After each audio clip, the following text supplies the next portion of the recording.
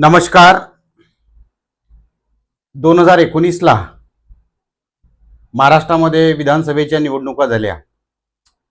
त्या विधानसभेच्या निवडणुकीमध्ये कोणत्याही पक्षाला बहुमत मिळालं नाही आणि पर्यायानं एक मिश्र राजकीय व्यवस्था तयार झाली आणि त्याच्यातूनच मग तीन पक्षाचं एक कसंबसं सरकार उदयास आलं, ज्याला महाविकास आघाडीचं सरकार म्हणून ओळख मिळाली.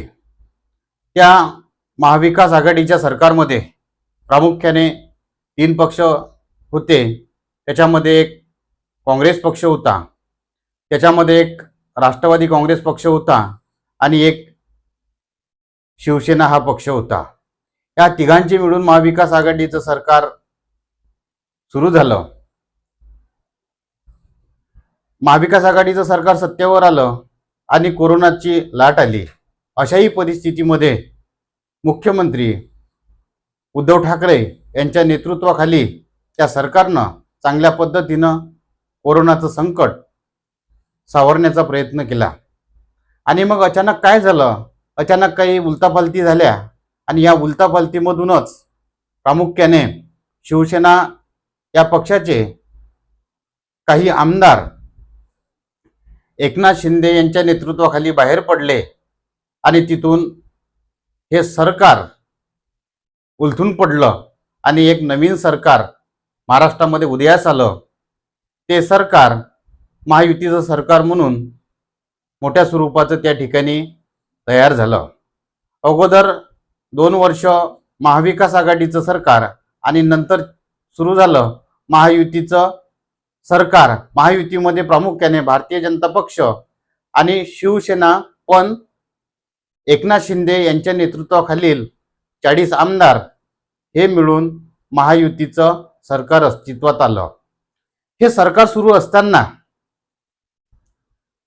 2023 मध्ये पुन्हा एवढं सारं बहुमत असताना सुद्धा भारतीय जनता पक्षानं राष्ट्रवादी काँग्रेस पक्ष फोडला आणि या राष्ट्रवादी काँग्रेस पक्षामधून अजितदादा पवार हे जसे एकनाथ शिंदे हे शिवसेनेमधून 40 आमदार घेऊन बाहेर पडले, तशा स्वरूपाचे अजितदादा देखील आपले 40 आमदार घेऊन राष्ट्रवादीमधून बाहेर पडले. एकनाथ शिंदेची जी पुनरावृत्ती होती ते पुनरावृत्ती अजितदादा पवार यांनी केली आणि ते सुद्धा महायुतीसोबत आले. भारतीय जनता पक्षानं त्यांना काही मंत्रिपद देऊ केले होते. अजितदादांना स्वतः अर्थमंत्रीपद कबूल केलं आणि ते त्यांनी दिलं पण. त्याच्यामुळं राष्ट्रवादी काँग्रेस हा पक्ष सुद्धा महाविकास आघाडीमधून फुटून महायुतीच्या सरकारमध्ये सामील झाला. महायुतीमध्ये सामील होत असताना अजितदादा पवार यांना सामील कोण करून घेतलं, हा एक संशोधनाचा मुद्दा आहे. कारण शिवसेना एकनाथ शिंदे यांच्या पक्षाला महायुतीमध्ये अजितदादा पवारांचा समावेश करताना विचारलं नाही असं एकंदरीत वाटते. फक्त भाजपनंच स्वतःच्या वैचारिक भूमिकेनुसार अजितदादा पवार यांना राष्ट्रवादी काँग्रेस पक्षामध्ये फूट पाडून आपल्या महायुती सरकारमध्ये सामील करून घेतलं. त्यांना उपमुख्यमंत्रीपद दिलं, त्यांना अर्थमंत्रीपद दिलं आणि त्यांच्या सहकाऱ्यांना 9 मंत्रिपद दिलं. आणि महायुती पहिले 2 पक्षाचं जे सरकार होतं आता 3 पक्षामध्ये विभागलं गेलं. 3 पक्षाचं महायुतीचं सरकार महाराष्ट्रामध्ये सुरू झालं. अर्थात अजितदादा पवार यांना सोबत घेताना भारतीय जनता पक्षानं काही अंदाज लावले असतील, काही फायद्याच्या गोष्टी पण पाहिल्या असतील. यदा कदाचित अपात्रतेसंबंधी न्यायालयाचा जर निकाल जर आपल्या एकनाथ शिंदेच्या विरोधामध्ये जर गेला तर आपल्याला कोणीतरी विरोधामध्ये पाहिजे अशी भूमिका असू शकेल. किंवा लोकसभेच्या निवडणुका ज्या मे महिन्यामध्ये झाल्या त्याच्यामध्ये आपल्याला अजितदादाचा फायदा होईल असं त्यांना वाटलं असेल.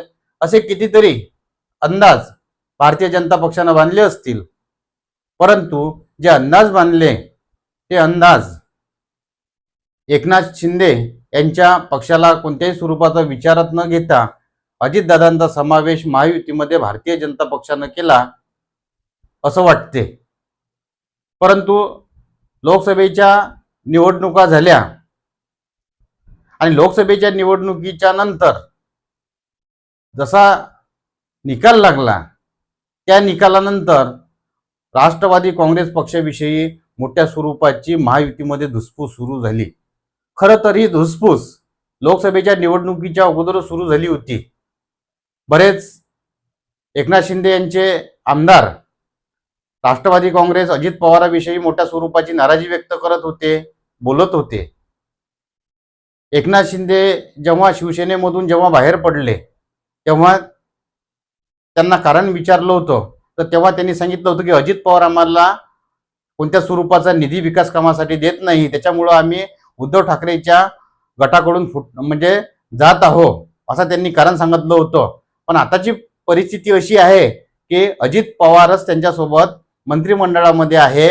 त्याच्यामुळं एकनाथ शिंदेचा जो दावा होता की जी तकलादू होता हे सुद्धा आपल्या लक्षात येते. एकनाथ शिंदे, अजितदादा पवार आणि देवेंद्र फडणवीस याच्यामधले 2 मुख्यमंत्री आणि 1 मुख्यमंत्री आहे, ते सरकार मोठ्या स्वरूपाचं सुरळीत करतात. अजित पवार जेव्हा महायुतीमध्ये आले तेव्हा अजितदादांचा काहीतरी आपल्याला फायदा होणार, दोन्ही पक्षांना फायदा होणार असं सुद्धा त्याचा एक अंदाज होता. परंतु लोकसभेच्या निवडणुकीमध्ये अजितदादांचा कवडीचाही फायदा एकनाथ शिंदेच्या शिवसेनेला झाला नाही आणि भारतीय जनता पक्षाला कोणत्या स्वरूपाचा, त्या अजितदादाच्या राष्ट्रवादीचा कोणत्या स्वरूपाचा फायदा झालेला नाही. आणि उलट महायुती ही 41 जागेवरून 17 जागेवर आली. त्याच्यामध्ये सर्वात जास्त जो फटका बसला हा भारतीय जनता पक्षाला फटका बसला. 23 खासदारावरून लोकसभेच्या निवडणुकीमध्ये त्यांचे फक्त 9 खासदार निवडून आले. त्याच्यामुळं फक्त एकनाथ शिंदेच्याच शिवसेनेमध्ये अजितदादा पवार विषयी नाराजी नाही, तर ती नाराजी भारतीय जनता पक्षाच्या कार्यकर्त्यांमध्ये सुद्धा मोठ्या स्वरूपाची वाढली. भारतीय जनता पक्षाची जी मातृसंस्था आहे ती मातृसंस्था म्हणजे RSSच्या एका दैनिकामध्ये लोकसभेच्या निवडणुकीनंतर एक बातमी छापून आली की तुम्ही राष्ट्रवादी काँग्रेस अजित पवार गटाला कशासाठी सोबत घेतलं, त्याच्यामुळं तुम्हाला या लोकसभेच्या निवडणुकीमध्ये मार खावा लागला. तुमचे जे मताधिक्य जे घटलं, ज्या व्यक्तीवर तुम्ही मोठ्या स्वरूपाचे भ्रष्टाचाराचे आरोप केले त्याच व्यक्तीला तुम्ही निवडणुकीमध्ये स्वतःसोबत ठेवलं. त्याच्यामुळं मोठ्या स्वरूपाच्या भारतीय जनता पक्षाच्या नेतृत्वावर ताशेरे ओढले गेले. हे उघड नाराजीच होती अजित पवारांविषयीची. त्यामुळं भारतीय जनता पक्षाचे जे कान सगळ्यात पहिल्यांदा जे टोचले गेले ते ऑर्गनायझर या वर्तमानपत्रामध्ये, RSSचं जे मुखपत्र होतं ऑर्गनायझर, याच्यामध्ये जो लेख लिहून आला होता त्याच्या माध्यमातून ते टोचले गेले. लोकसभेच्या निवडणुकीमध्ये प्रचारामध्ये असताना सुनील तटकरे विषयी ते महाडचे आमदार शिंदे गटाचे भरत गोगावले यांनी सुद्धा सांगितलं होतं की आम्ही सुनील तटकरेचं काम करणार नाही. म्हणजे शिवसेनेमध्येही अजित पवारांविषयी नाराजी होती आणि भारतीय जनता पक्षाच्या कार्यकर्तेही मोठ्या स्वरूपामध्ये नाराज होते. त्यामुळं अजित पवार एकाएकी नकोसे का झाले हा सुद्धा एक महत्वाचा प्रश्न आहे. अजित पवारांना ते बाहेरचा रस्ता दाखवतात काय? अजित पवार जर बाहेर जाण्यासाठी तयार नसल तर आपण अशा स्वरूपाचे वक्तव्य करून त्यांना बाहेर पडण्यासाठी महायुतीमधून मजबूर करणार का, हे देखील आपल्याला पाहावं लागेल. कारण परिस्थिती अशी झाली की अजित पवार विरोधी पक्षामध्ये असताना जेवढा महायुतीला तोटा झाला नाही तेवढा तोटा अजित पवारांना महायुतीमध्ये घेऊन या दोन्ही पक्षाचा झाल्याचं या लोकसभेच्या निकालावरून लक्षात येते, कार्यकर्त्याच्या अस्वस्थतेमधून लक्षात येते. त्यामुळं अजितदादा जर महायुतीमध्ये जर विधानसभेच्या निवडणुकीमध्ये पर्यंत जर राहिले तर जसे लोकसभेला महायुतीचं मोठ्या स्वरूपाचं नुकसान या अजितदादा पवार यांनी केलं, तशा स्वरूपाचं नुकसान विधानसभेच्या निवडणुकीमध्ये अजित पवार दोन्ही पक्षाचं केल्याशिवाय राहणार नाही. त्यामुळं एकनाथ शिंदेचे कार्यकर्ते आणि भारतीय जनता पक्षाचे कार्यकर्ते याच्यामध्ये मोठ्या स्वरूपाचा असंतोष निर्माण झालेला आहे. अजित पवार आपल्याला गटामधून जोपर्यंत बाहेर पडणार नाही तोपर्यंत आपले उमेदवार निवडून येणार नाही असं या दोन्ही पक्षाच्या कार्यकर्त्यांना वाटते. त्यामुळं अजित पवारांना आपण महायुतीमधून लवकर बाहेर काढलं पाहिजे असा एक विचार महायुतीच्या कार्यकर्त्यांमध्ये सुरू झाला. पण अजित पवार बाहेर पडण्यासाठी तयार नाही. सर्व महायुतीमध्ये आणि महाविकास आघाडीमध्ये या दोन्ही आघाड्यांमध्ये जर अडचणीत जर कोणता पक्ष जर सापडला जर असेल तर तो पक्ष सापडला आहे अजित पवारांचा. अजित पवार सध्या मोठ्या स्वरूपाच्या अडचणीत आहे. कारण अजित पवारांना कोणत्या स्वरूपाची जागा महाविकास आघाडीकडे नाही आणि महायुतीमध्येही कोणत्या स्वरूपाचं स्थान नाही. कारण महायुतीला अजित पवारांचा कोणत्या स्वरूपाचा फायदा झालेला नाही. त्याच्यामुळं अजित पवार महायुतीमधून जाण्यासाठी तयार नाही. महायुतीमधून जाण्यासाठी तयार नाही, पण ते महायुतीला नकोसे आहे. कारण ते जर स्वतः जर महायुतीसोबत जर राहिले विधानसभेच्या निवडणुकीमध्ये पर्यंत तर महायुतीचं मोठ्या स्वरूपाचं नुकसान होणार आहे. त्यामुळं अजितदादा स्वतःहून बाहेर निघत नाही. आपण त्यांना बाहेर निघण्यासाठी मजबूर करावं म्हणून या सर्व आमदारांचे वेगवेगळ्या स्वरूपाचे जे आहे स्टेटमेंट येत आहे, या स्टेटमेंटवर अजित पवार कोणता निर्णय घेतात ते आपल्याला भविष्यामध्ये लक्षात येईलच. काल परवाच एकनाथ शिंदेच्या पक्षाचे आमदार तानाजी सावंत मंत्री जे हापकिनसाठी प्रसिद्ध आहे, त्यांनी कार्यकर्त्यांना संबोधित करताना म्हटलं की आम्ही जरी मंत्रिमंडळामध्ये अजितदादा पवारांच्या गटासोबत मांडीला मांडी लावून जरी बसत असलो तरी बाहेर आल्यानंतर आम्हाला मोठ्या स्वरूपाच्या ओकाऱ्या होतात, उलट्या होतात.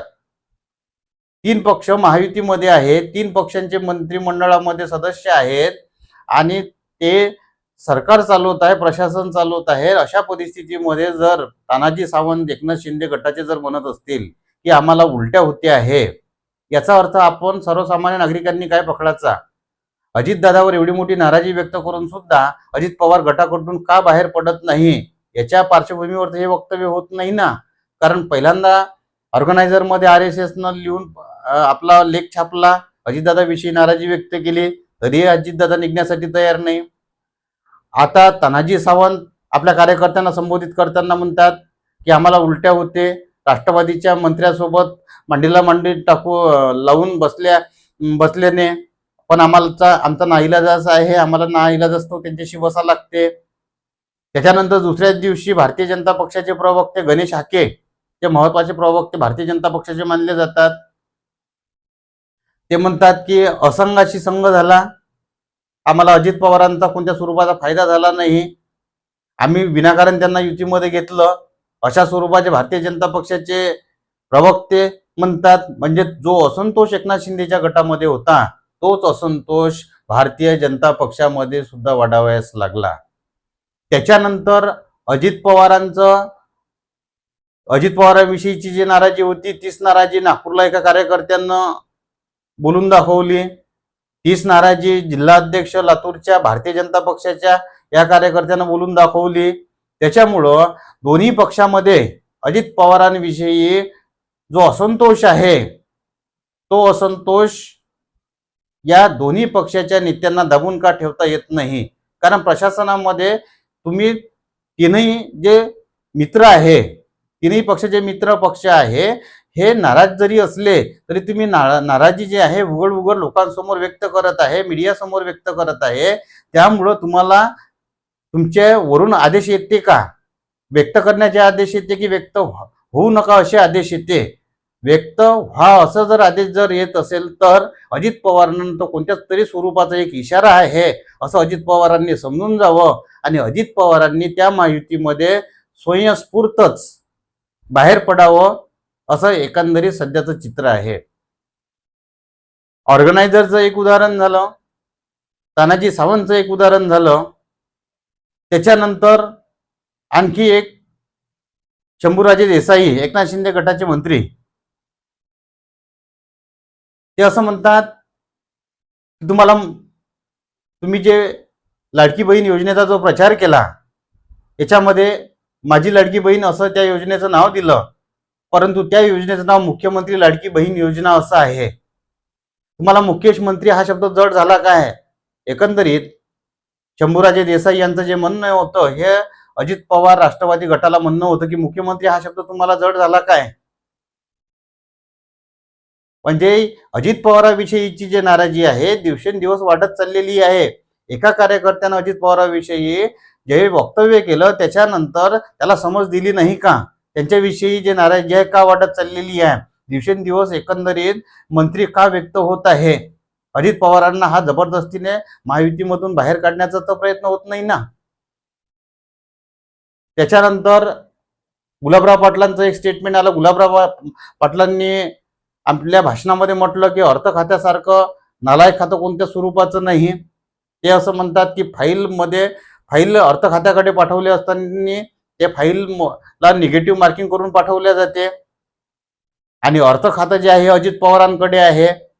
हे वेगवेगळ्या स्वरूपाचे जे स्टेटमेंट दिवसेंदिवस जे येत आहे ते कशासाठी येते आहे?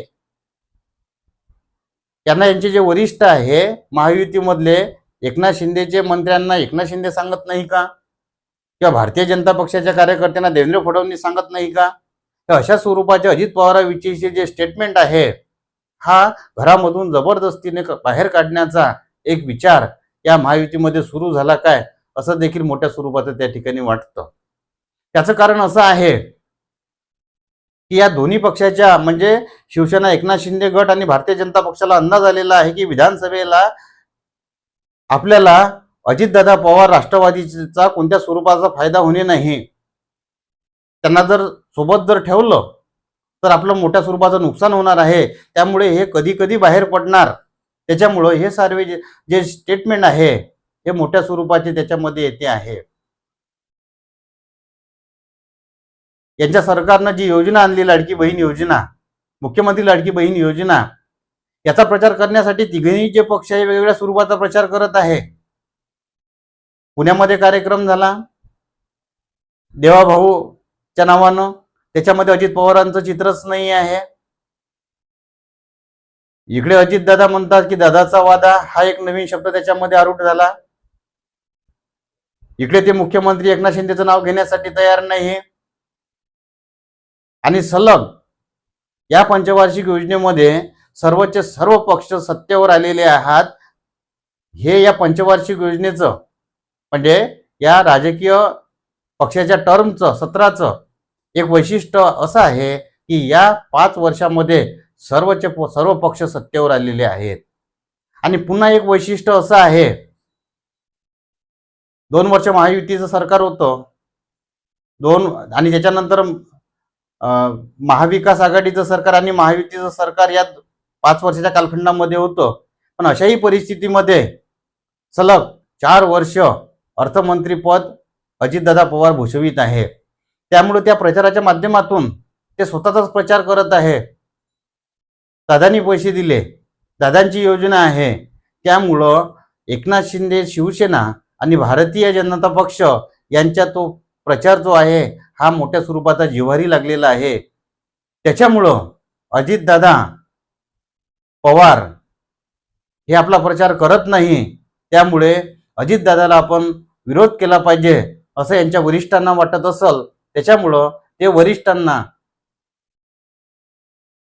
ते जे वरिष्ठ आहे प्रत्येक पक्षाचे, ते आपल्या कार्यकर्त्यांना तशा स्वरूपात सांगत असतील. आणि म्हणूनच त्यांच्या सांगण्यावरून एकनाथ शिंदेचे जे आमदार आहे आणि भारतीय जनता पक्षाचे जे आमदार आहे हे अजितदादा पवारांविषयी वेगवेगळ्या स्वरूपाचं वक्तव्य करत आहे.